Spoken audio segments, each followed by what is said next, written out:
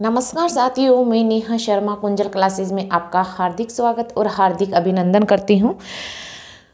तो आप सब लोग बहुत अच्छे से तैयारी कर रहे होंगे, ऐसी मैं आशा करती हूँ, क्योंकि अब टाइम ज़्यादा नहीं बचा आपके पास। ज़्यादा से ज़्यादा मोटे मोटे 2 महीने आपके पास बचे हैं। तो आप लगातार मेहनत कर रहे होंगे और सर्दी का फ़ायदा उठा रहे होंगे, क्योंकि सर्दी भी अभी ज़बरदस्त पड़ रही है। और सर्दी में ये नहीं है कि आप रजाई में दुबक के सो रहे हो, सोना नहीं है आपको, सोना नहीं है, अब सोने का समय नहीं है। 2025 सोने के लिए नहीं आई है, ये आपको सिलेक्शन देने के लिए आई है। आप कितनी ईमानदारी से मेहनत करते हो ये आपके ऊपर डिपेंड करता है। आपको रीढ़ की जो खोपड़ी है उसमें छेद करना है, अपने लिए एक सीट निकालनी है। ये नहीं कि रजाई में आप दुबक के सो रहे हो, क्योंकि सोने का समय नहीं है।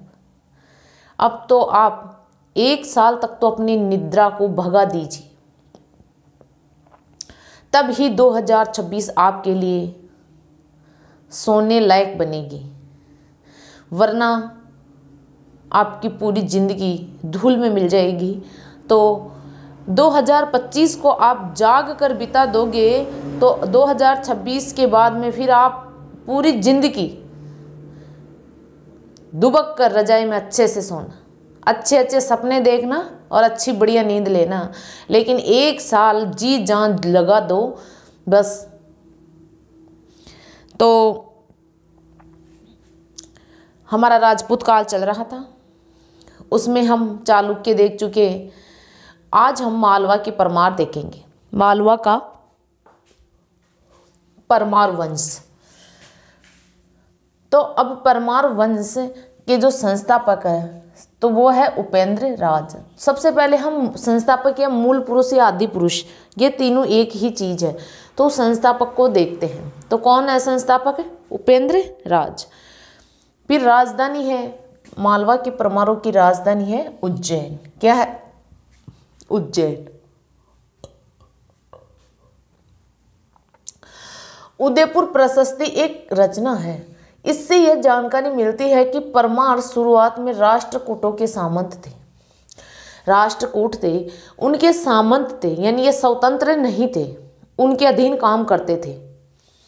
उदयपुर प्रशस्ति एक रचना है, इससे ये जानकारी हमें मिलती है। परमारों का वास्तविक संस्थापक की बात करें तो वास्तविक संस्थापक आपका हर्षसियक सेकंड द्वितीय। कौन है? हर्षसियक द्वितीय। राष्ट्रकूट शासक खोटिंग को सियक द्वितीय ने हराया। किसने हराया था? सियक द्वितीय ने। सियक के कोई संतान नहीं थी, यानी हर्षसियक द्वितीय था, उसके कोई संतान नहीं थी। उन्होंने मुंज को गोद लिया, यानी दत्तक पुत्र। इसको दत्तक पुत्र भी बोल सकते हो, दत्तक पुत्र। दत्तक पुत्र कौन था? मुंज। मुंज को दत्तक पुत्र के रूप में लेकर अपना उत्तराधिकारी बनाया। क्या बनाया?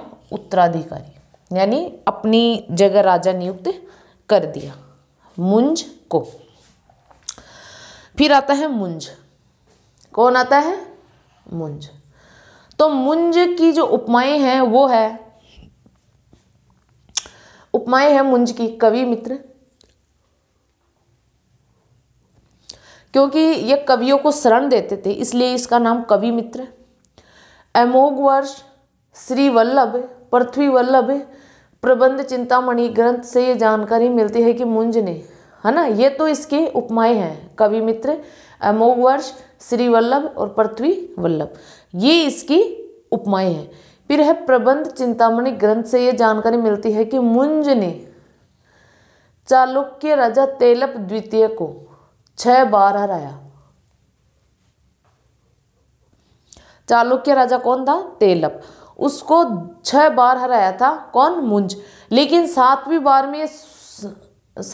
बार में खुद ही हार गया। 7वीं बार में स्वयं हारा, खुद हार गया। 7वीं बार में फिर ये खुद हार गया था। अब इसके दरबारी कवि कौन कौन से हैं? देखो इसके दरबारी कवि हैं हलायुध, हलायुध, धनिक, धनंजय और अमित गति। ये 4 इनके दरबारी विद्वान हैं। ये चारों इनके दरबारी विद्वान हैं। अब ये जो दरबारी विद्वान है हलायुध, इनकी रचना है मृत संजीवनी, अभिधान रत्नमाला, अभिधान रत्नमाला, मृत संजीवनी। धनिक की जो रचना है वो है यशो रूपावलोक, धनंजय की है वो 10 रूपक, अमित गति की है सुभाषित रत्न संदेह। ये सभी इनके जो दरबारी कवि है इनकी रचनाएं हैं। मुंज के बाद सिंधुराज शासक बनता है। कौन बनता है? सिंधुराज। अब सिंधुराज की उपमा देखो, कुमार नारायण, शाह सांग, कुमार नारायण और शाह सांग, ये सिंधुराज की उपमाएं हैं। कल्याणी के चालुक्य शासक सत्याश्रय को हराया, यानी जो कल्याणी के चालुक्य थे उसका शासक था, राजा था सत्याश्रय, उसको सिंधुराज ने हराया। और गुजरात के चालुक्य राजा चामुंड राय ने सिंधुराज को हराया। जो गुजरात का चालुक्य राजा था चामुंड राय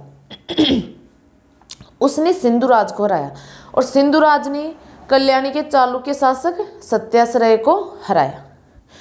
तो ये आपको ऐसे कैसे याद करना है, बस राजाओं का क्रम से ही याद करना है। ये नहीं पहले कौन सा राजा आ रहा है बाद में कौन सा राजा आ रहा है, तो क्रम से राजाओं के नाम याद करना है। इनकी जो दरबारी कवि उपमाएं, जो इम्पोर्टेंट फैक्ट है मैं वो ही दी हूँ आपको, जो एग्जाम में सीधे सीधे पूछे जाते हैं। मैं आपको फालतू का कचरा नहीं दे रही हूँ, क्योंकि मुझे भी मालूम है कि कौन सी चीज़ें कहाँ से आएगी, कौन से क्वेश्चन बनते हैं, पिछले एग्जामों में कैसे क्वेश्चन बने हुए हैं, सबको मैं लेकर साथ में लेकर चलती हूँ। ये नहीं है कि मैं जो आ रहा है वही मैं आपको पढ़ा रही हूँ, वो नहीं है। केवल मैं आपको मक्खन और मलाई दे रही हूँ। अब मक्खन और मलाई को आप कैसे खाते हो, पीते हो या कैसे यूज करते हो, वो आपके ऊपर डिपेंड करता है। तो आप इसका स्क्रीनशॉट ले लीजिए।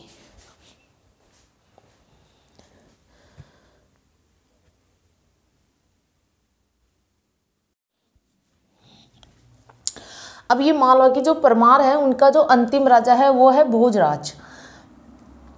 इसकी रचना है तत्व परीक्षा।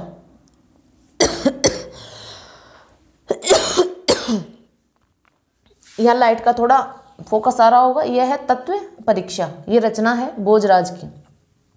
इसके जो दरबारी विद्वान है वो है दामोदर मिश्र, प्रवट, उवट, भास्कर भट्ट और धनपाल। ये सभी इनके दरबारी विद्वान है।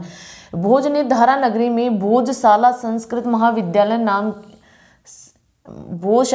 महाविद्यालय की स्थापना की थी। धारा नगरी में रानी अरुंधति थी और कल्याणी चालुक्य विक्रमादित्य को हराया और कलचुरी के गांगेय देव को भोजराज ने हराया।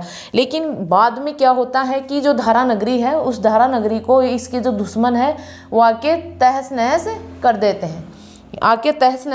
हैं, धारा नगरी को, और इसका फिर राज्य खत्म हो जाता है। तो अपना जो मालवा की परमार है वंश है वो आज कंप्लीट हो गया है इसी क्लास में। अब हम बंगाल के पाल देखेंगे या फिर और कोई दूसरा वंश देखेंगे अगले क्लास में। अब आप नोट्स बना रहे होंगे, अच्छे से तैयारी कर रहे होंगे, अच्छे से याद कर रहे होंगे और साथ में टेस्ट पेपर निकाल रहे होंगे, ऐसे मैं आशा कर रही हूँ। और आसान ही आपको करना है, अपने सपनों को साकार करना है, अपने सपनों को नई उड़ान देना है।